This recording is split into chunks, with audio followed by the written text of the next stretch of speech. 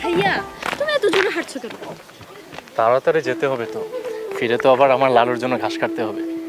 ওইসব ঘাস টাস কাটার চিন্তা মাথা থেকে জেরে ফেলো। দুলা ভাই কি বলছে ভুলে গেছো? এইবার তুমি আমাদের সাথে ঢাকা যাবে।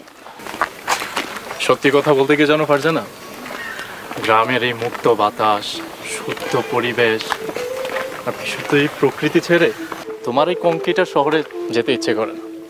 ভাইয়া তুমি গ্রামে থেকেও এত সুন্দর কথা কিভাবে বলো? এটা সুন্দর কথায়, এটা তো নিজের জীবন থেকে নেওয়া কথা। তুমি আবার জোরে হাঁটছো, নাও আমার হাত ধরো। এইবার আর আমাকে রেখে যেতে পারবে না, চলো। ঠিক আছে চলো।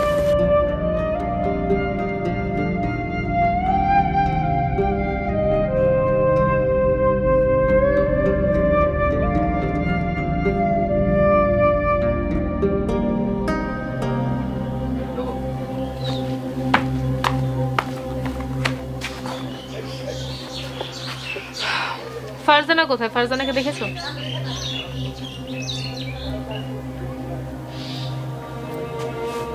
দাঁড়াও,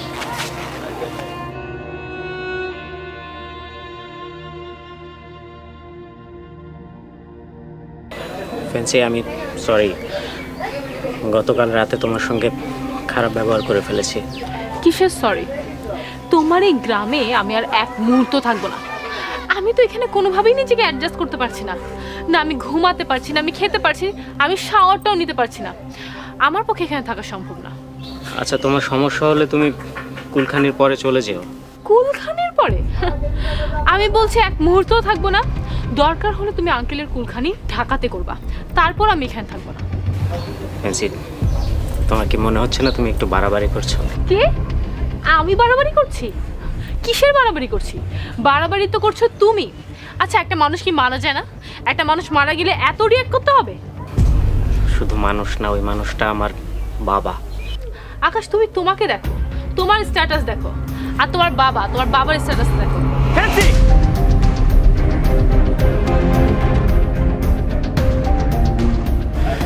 তুমি চলে যাও ফেন্সি।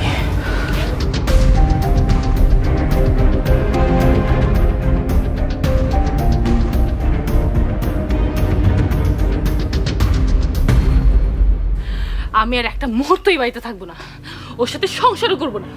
ইম্পসিবল, মানে অসম্ভব। কাউকে দেখতেও পাচ্ছি না। ফারজানাটা কোথায় গেল? ফারজানা, ফারজানা, ফারজানা, ফারজানা, ফারজানা কোথায় গেল এটা?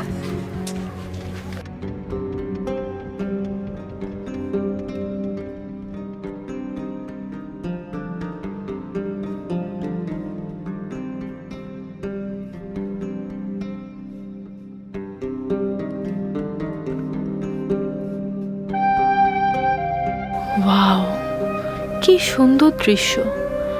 স্ত্রী তার স্বামীকে নিজের হাতে খাইয়ে দিচ্ছে। ওরা গরিব হতে পারে, তারপরও কত সুখী। আর আমার কোনো কিছুর অভাব নেই, তারপরও আমি অসুখী।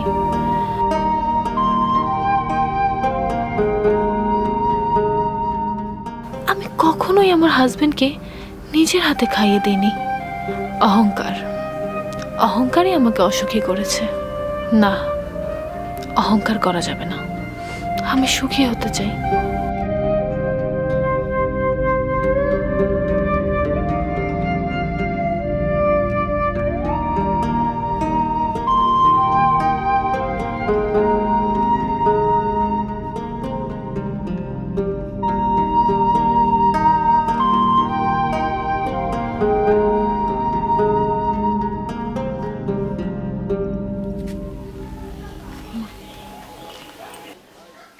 হ্যাঁ মা বলো।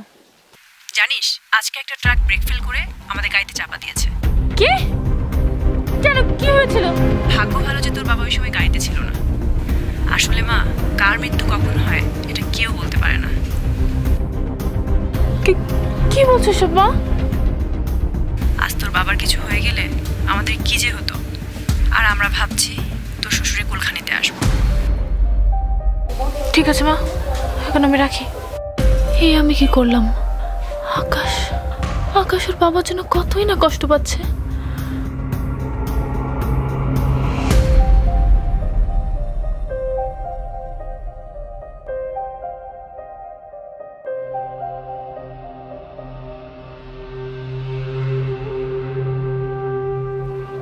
কি রে ফারজানা, তুই কোথায় ছিলি? আমি আর আদর ভাইয়া তো এতিমখানায় গিয়েছিলাম আগামীকালকের দোয়া মাহফিলের দাওয়াত দিতে। আচ্ছা, আকাশ আর আদর কোথায়? আদর ভাইয়া তো মাঠে গিয়েছে, আর দুলাভাই কোথায় গিয়েছে সেটা তো জানি না। শোন, আমি ঘরে যাচ্ছি, তো দুলাভাই আসার পরে আমাকে ডাক দিস, তার আগে ডাক দিস না। আমি ঘরেই থাকবো। ঠিক আছে। আপুকে অন্যরকম লাগছে, ঘটনা কি?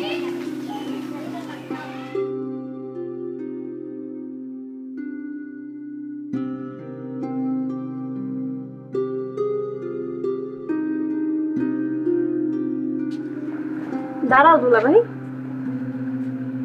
কি হয়েছে? আপু বলেছে আপুর অনুমতি ছাড়া ঘরে ঢোকা নিষেধ। তোমার আপু যায়নি এখনো? ওয়েট,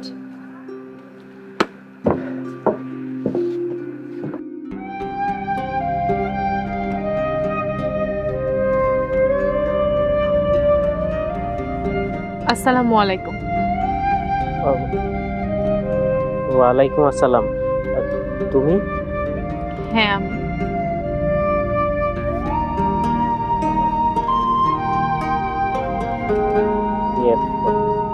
তোমাকে সুন্দর লাগছে।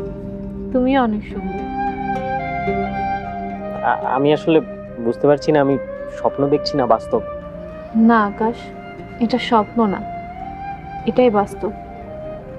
আমি অনেক বেশি অহংকারী ছিলাম, আর আমি বুঝতে পেরেছি যে আমার এতটা অহংকারী হওয়া ঠিক হয়নি। আলহামদুলিল্লাহ, তুমি আমাকে এইভাবে সারপ্রাইজ দেবে আমি স্বপ্নেও ভাবিনি। উপরওয়ালার কাছে লাখো কোটি শুকরিয়া। আমি তোমার সাথে অনেক অন্যায় করেছি আকাশ। আমি গ্রামবাসী কি অনেক বেশি ছোট করে কথা বলেছি। তুমি আমাকে মাফ করে দিও। আরে পাগলি, কি সব বলে।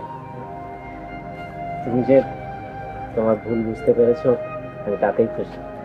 আলহামদুলিল্লাহ। খেয়েছো রাতে? না, ভেবেছিলাম তুমি আসলে একসাথে খাবো, তুমি আসোনি তাই আমারও খাওয়া হয়নি। আচ্ছা ঠিক আছে, চলো একসাথে খাই। ওদেরকেও ডাকি। এই আদর, আদর, চল খেয়ে নি। না এখন না, আগে সব এশার নামাজ পড়বো তারপর খাবো। জানো দুলাভাই, আজকে কিন্তু আপু নিজের হাতে রান্না করেছে। তাই? আচ্ছা, আর কি সারপ্রাইজ দেওয়ার বাকি আছে আমাকে বলো তো একটু। সারপ্রাইজ কিনা জানি না, কিন্তু আমি আগে যে জীবনযাপন করতাম সেটা ভুল ছিল, আমি তা বুঝতে পেরেছি। তাই এখন থেকে আমি সবার সাথে মিলেমিশে থাকতে চাই, সুন্দরভাবে জীবনযাপন করতে চাই। ঠিক আছে, আর তাহলে আমরা কবে ঢাকায় ফিরে যাচ্ছি? তোমার ইচ্ছা, আর তুমি যদি ফিরে না যাও তাতে আমার কোনো আপত্তি নেই। সত্যি তো? হ্যাঁ সত্যি। তাহলে তো ভালোই হলো, আমার আর কষ্ট করে রান্না করতে হবে না। না, এমনিতেও তো রান্নার বয়স পার হয়ে গেছে, এখন তোকে রান্না করে খাওয়ানোর জন্য আরেকটা মানুষ দরকার। আমি কিন্তু ভালো রান্না করতে পারি।